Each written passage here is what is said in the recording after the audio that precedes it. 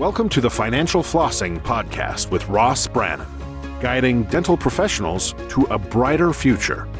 Ross Brannon is a financial advisor who knows it's not just about your teeth. He helps dental practice owners protect and maximize today's cash flow to plan for tomorrow's cash needs. Find him at rossbrannon.com. On the show, he brings together experts to help dental professionals looking to make smart money decisions to grow their income, turn their retirement goals into reality, and improve their lives. And now, here's your host, Ross Brannon. Welcome to the show. My guest today is Ginger Bratzel. Dr. Bratzel is the founder and creator of Rio Grande DATP LLC. Ginger started her professional career as a dentist, where she developed systems and strategies to increase patient and client attraction to create business growth. Today, she's our guest on Financial Flossing. Ginger, welcome to the show. Thank you very much. I like the flossing, by the way. Oh, thanks so much. Thanks for tying that in there. So let's jump in. You have a unique story, which I find absolutely fascinating. You were a dentist. So tell me kind of how'd you get your start in dentistry? Well, I always wanted to be a dentist, so that wasn't a big stretch for me. If you asked me at 5 years old, that's what I was going to be. And so, streamlined through college, streamlined through dental school, bought a dental practice before I was even done with dental school in my hometown, because I knew that's where I was going to be and I had it all figured out. That's the planner in me, and left the old guy there. And the practice was really bad. And I knew that. It wasn't like I got the wool pulled over my eyes, but I thought the problem was him. I'm just going to get him out of the way, and I'm going to come in with that shiny new dental degree and my little happy face, and I'm going to change the world. And boy, I got a smack in the head because nothing changed. I was doing business. I was doing just like he was. And I just kind of went about building the business, doing everything I could. I wasn't afraid to do the work, but nothing changed. So I was putting on overhead. So I was buying all this fancy equipment. I was getting more initials after my name because everyone said, you got to be certified in this and certified in that. And just went about it the wrong way. And did this for a long time. And I said, hold it. I can't keep on this treadmill. I can't outrun this thing. So I stopped and I said, let's not think about it, solving it with the dentistry, because I was there to help the patients. I was there to give them what they wanted, but they weren't excited about it. So how can I do it differently? So you had to figure out, I got to crack this code. Right. I can't just fill cavities and do cleanings and all that stuff. I got to figure out how to make this work from a business standpoint. I can do dentistry, but I got to figure out how to make it work. Right. And you did. And you did so well. You changed careers, but we'll get to that in a minute. So how long did it take and what did you do? Well, once I forgot everything the dental world was telling me, I just abandoned that. I said, let me look at it as a business. What I was struggling with for years changed around really, really quick. I was doing less than 9 months. We were doing really, really well. Well, and so let me stop you right there, because it's so interesting you said that, because I have clients who own their own practices who want to sell because they hate managing people. It's like they learn nothing in dental school. All they learn is technical clinical work. They learn nothing about running a business. They don't learn anything about personal finance. And so in some respects, they're set up to fail unless they're just really curious and investigative like you.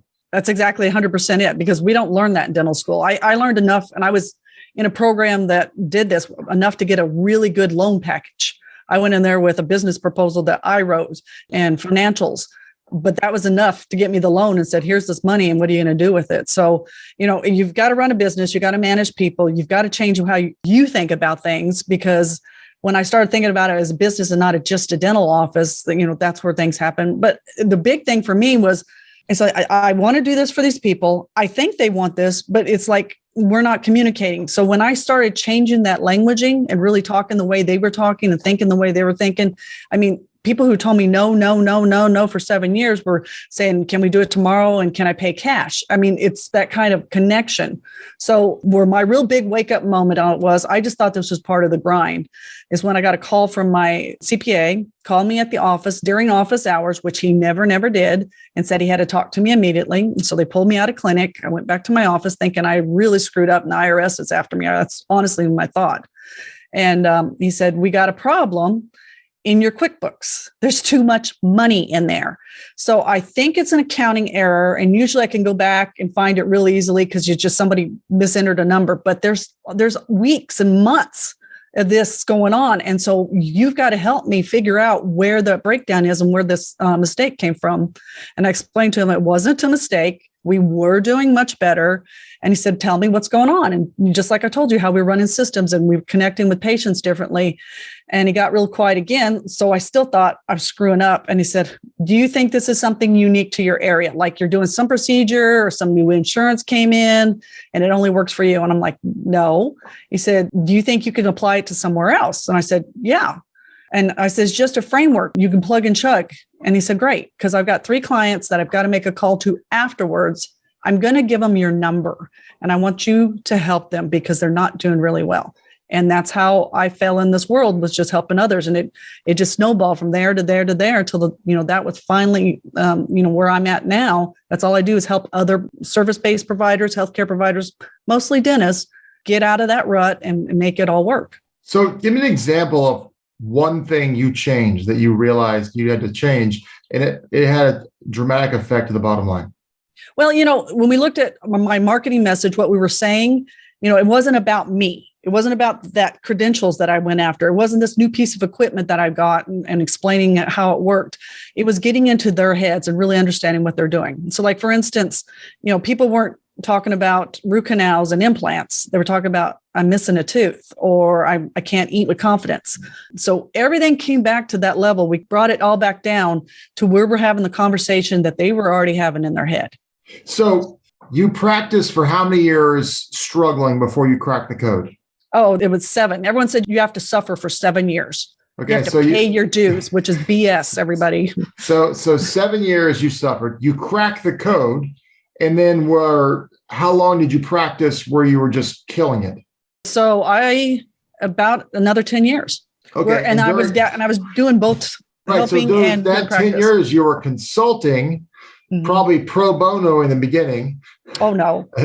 Okay, good. No. And so for 10 years, you were doing both. And then the marketing or the consulting grew so much, it was just a better use of your time. And you're like, I'm so passionate about this. I'm going to go help other people out. Well, that's what it was. Because, one thing I find about all dentists is we are there really to help people. We really do care. Now, some of them are quiet about it and some are more boisterous about it, but you're really at the core are there to help people. And so, where I was sitting there at a chair and if I had an 8-operatory chair, I can only help that many people. Now I can help through other practices. I can help the doctor, I can help the team, I help the community, I help their patients. So, it's just a lot more fun helping more people doing this. So let's break it down. Let's pretend I'm a dentist and whether I'm struggling or I want to grow or whatever, and I call you and I say, Ginger, help me out. What are you going to do? What questions are you asking me? What are you going to do? Well, it comes with, you can't go somewhere unless we know where you're at. And so most practices have put a certain amount of stuff in. So we figure out where you're at. And I will go through in detail and find out, we're going to look at your numbers. I'm looking at production. I'm looking at collections. I'm looking at new patient numbers. I'm looking at team. And I'll start separating who's producing. If you've got an associate doctor, we're looking, how much are they contributing? How much is hygiene contributing? What a lot of people think is a loss leader. No, it's a profit center and it's just mismanaged a lot of times. So we'll go through and look at that. And I'll ask you, what do you really want? Because I have a dream for everybody, but that's my dream. I want to know what your dream is for you. And so, I tease all that out of there and we look at it and I'm going to put it into perspective, the whole patient journey from, people want new patients, but can you handle the new patients? Or are you converting enough cases? Is something broken down there? Or we have enough raving fans are coming back and referring? And then do we have a system to make sure this is going on each and every month? So, plugging that through, I could tease all that out. What I like to do is, first thing is I call the fastest path to the cash. I look to see what you're doing already, if you could tweak it. And it's close, but you're not quite there. What can we fix without spending a lot of time, energy, and money and get those systems going? I think back to the variety shows when I was a kid and had the plate spinners. So that plate's kind of spinning, but it's just a little wobbly. What can we do to tighten that up and let it go? And then we can talk about these other profit centers for you. And your goal, am I right in saying your goal is to, whatever your fee is, your goal is to basically help them earn that much money or more in the first 30 to 90 days, correct? That is my goal. My intention is to get me paid for, because everything after that's gravy. Because that's when everyone's like, should I invest in this? Because I don't know if I can get my money out of it. And it has less to do with me and my abilities and more to do with the barriers that they have in their heads. So we talk about, what's holding you up. You put a glass ceiling on there. How much of this is mindset and how much of it is, obviously there's practical applications, but how much of this is mindset?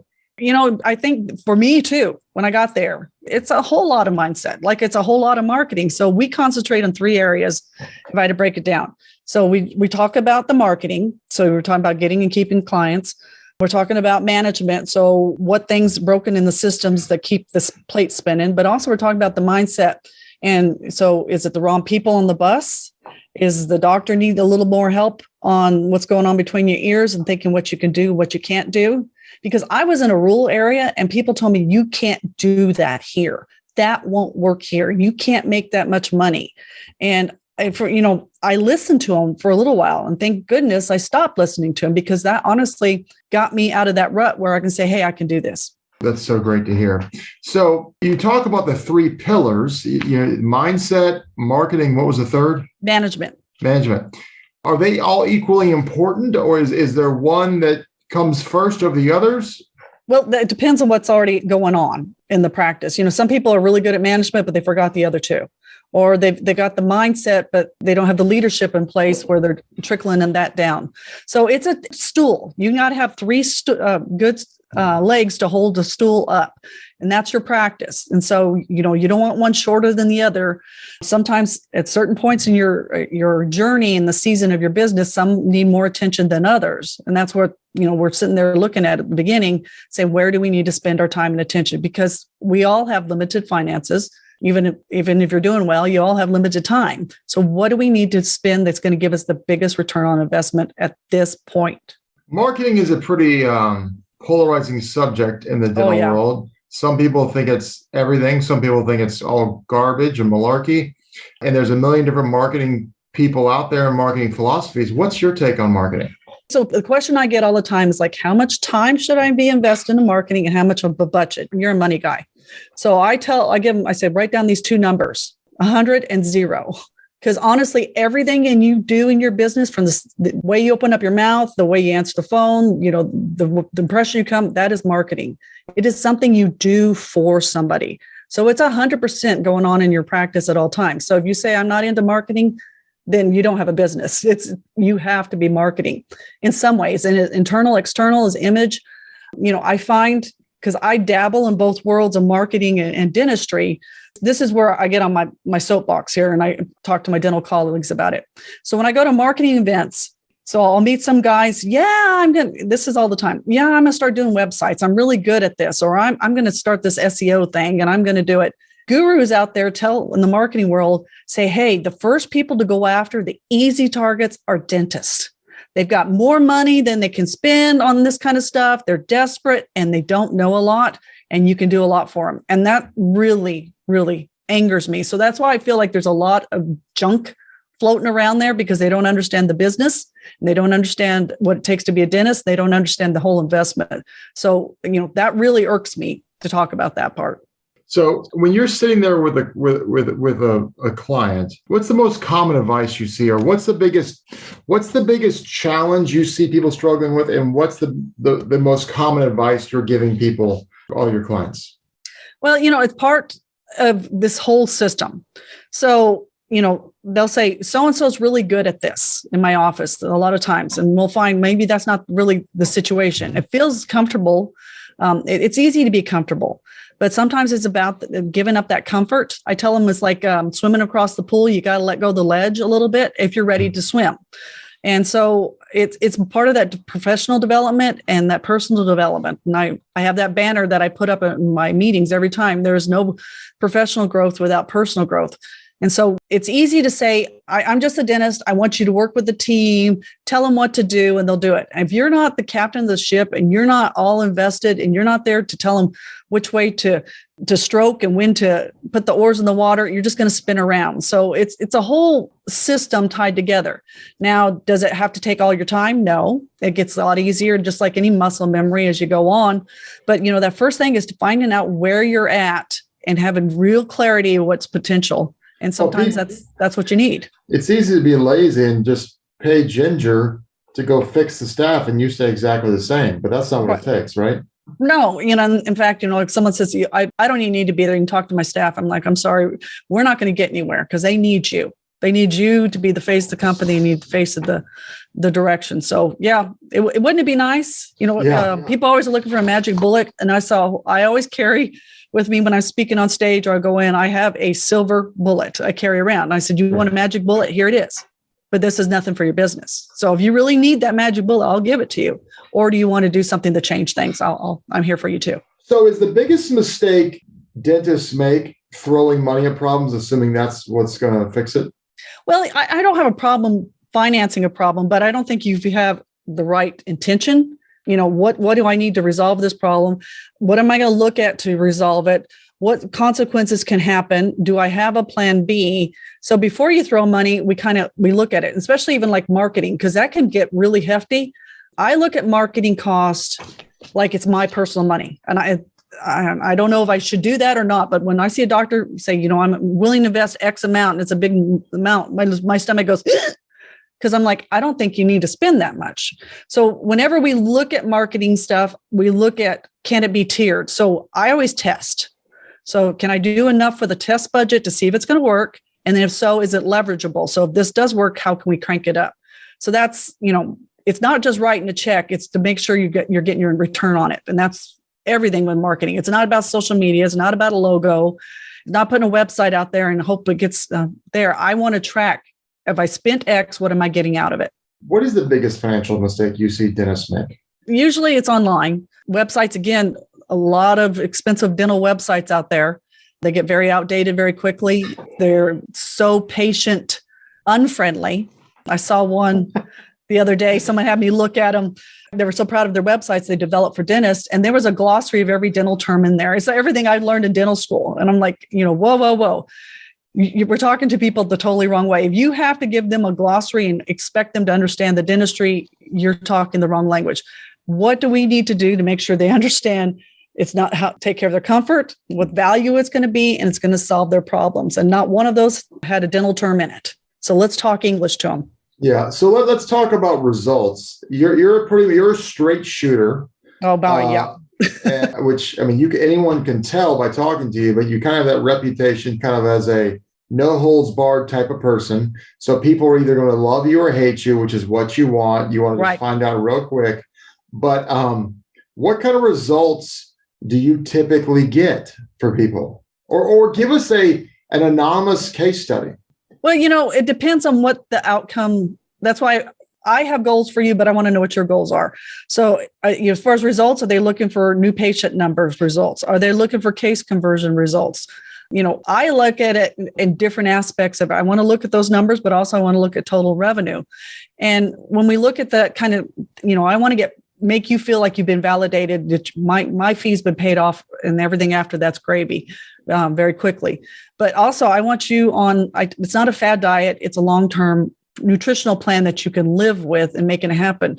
And then there's the other financial result that you really can't, or other number result we can't put a number on is, how much of your life you got back. Are you worried about the practice anymore? How much extra sleep you're getting? So there's a lot of things that we measure in quality of life and also financially to do that.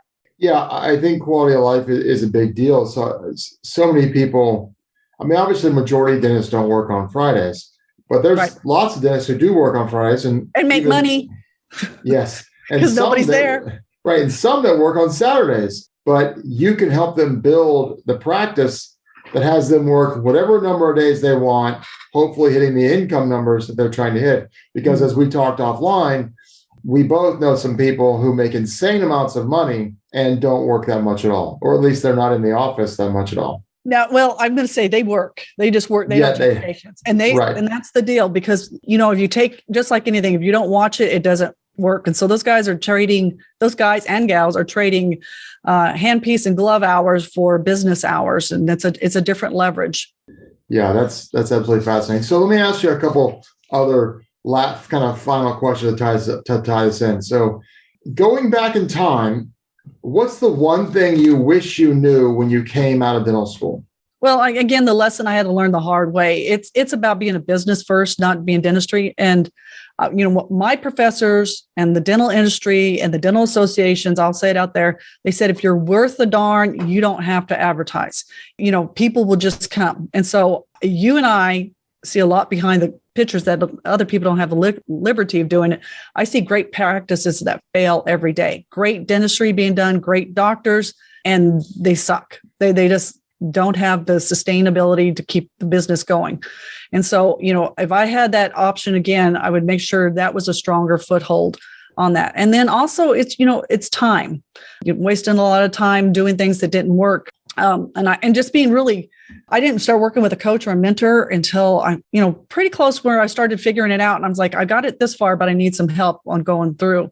Having that person in there to help me do that, it just is like putting gasoline on the fire. I got even more out of it. So, having that outside influence, because a lot of dentists just sit there and suffer in silence. They think they're the only ones. Nobody else is having this problem. You go to a dental meeting and everyone shows up in a nice car and they're wearing new clothes. But what in reality, we pull back the curtains, they're not doing so great. Not all of them. Some of them are, but not all of them. What would you recommend a new dental school graduate do? Be an associate at a, John Doe practice, be an associate at a DSO, or start their own practice from scratch right away? It really depends on the person. And I couldn't go into dentistry unless I bought a practice. That was my generation. You might go into public service or the health department if you wanted to be an employee, but it's okay if you don't have it all figured out. I find a lot of dental students, and I'm going to get on my soapbox on this, accumulate too much debt.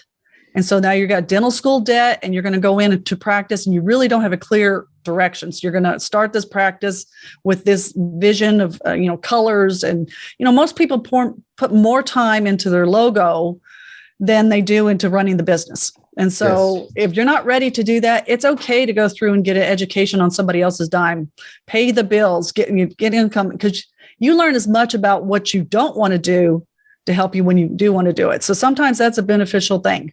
Yeah, that's good advice right there. So I'm a big reader. I always ask every guest what's their favorite book or what have they been reading recently or anything you recommend. What about you?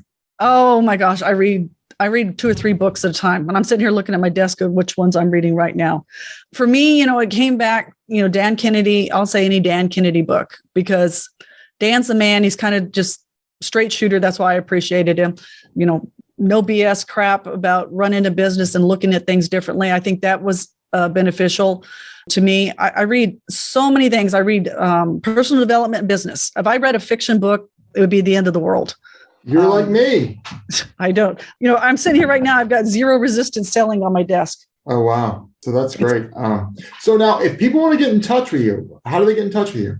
Well, reach out to me. Since we're talking to the dentist and we're always talking about patients, I have a resource. So reach out to me at gingerbratzel.com/patients with an S and N, PATIENTS. I have a resource there. We talk about finding your best patients and starting these things that we've just dabbled on a little bit. So I have a resource there and kind of an exercise that you can do on your own to figure out where you need to be spending your time and energy a little bit more and just tying this all together at the beginning of the system. So it's mine for you. So it's Ginger Bratzel, BRATZEL/patients. Yeah. So any other parting wisdom for dentists? Oh, guys, it's a different game. COVID's changed it. I think too many people are outsourcing and relying on online to solve all their problems. We are in the people business, and we've got to keep coming back to that people business. And if you're not building those relationships in your community and the personal relationships with your patients, then all that marketing is a waste of time. It's good advice. Dr. Ginger Bratzel, everyone.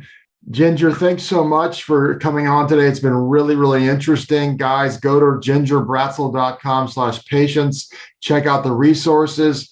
If you feel like she could help you out, give her a call. If she could help you out, give her a call and see if working together is a fit. It's all about growth. And so thanks for listening, guys. You've been listening to the Financial Flossing Podcast with Ross Brannon. We will see you next week. This has been another episode of Financial Flossing with Ross Brannon. guiding dental professionals to a brighter future. If you liked what you heard, consider subscribing wherever you listen to podcasts. For more on Ross Brannon, visit rossbrannon.com. Registered representative and financial advisor of Park Avenue Securities, LLC, PAS, OSJ, 3664 Coolidge Court, Tallahassee, Florida, 32311, 850-562-9075.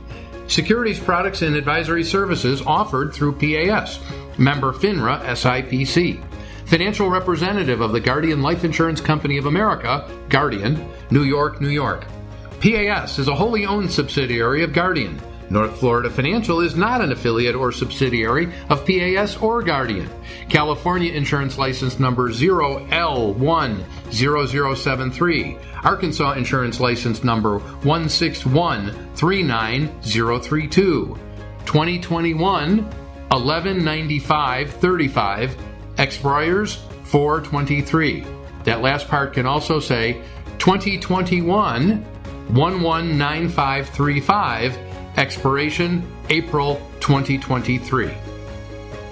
This podcast is for informational purposes only. Guest speakers and their firms are not affiliated with or endorsed by PAS, Guardian, or North Florida Financial, and opinions stated are their own. External sites and information are provided for your convenience in locating related information and services. Guardian, its subsidiaries, agents, and employees expressly disclaim any responsibility for and do not maintain, control, recommend, or endorse third-party sites, organizations, products, or services, and make no representation as to the completeness, suitability, or quality thereof. Ross is a registered representative and financial advisor of Park Avenue Securities, LLC, PAS, OSJ, 3664 Coolidge Court, Tallahassee, Florida, 32311, 850-562-9075. Securities products and advisory services offered through PAS, member FINRA SIPC, financial representative of the Guardian Life Insurance Company of America, Guardian, New York, New York. PAS is a wholly owned subsidiary of Guardian. North Florida Financial is not an affiliate or subsidiary of PAS or Guardian. Arkansas Insurance License Number 161-39032, California Insurance License Number 0L10073, 2022 133263, expiration 0224.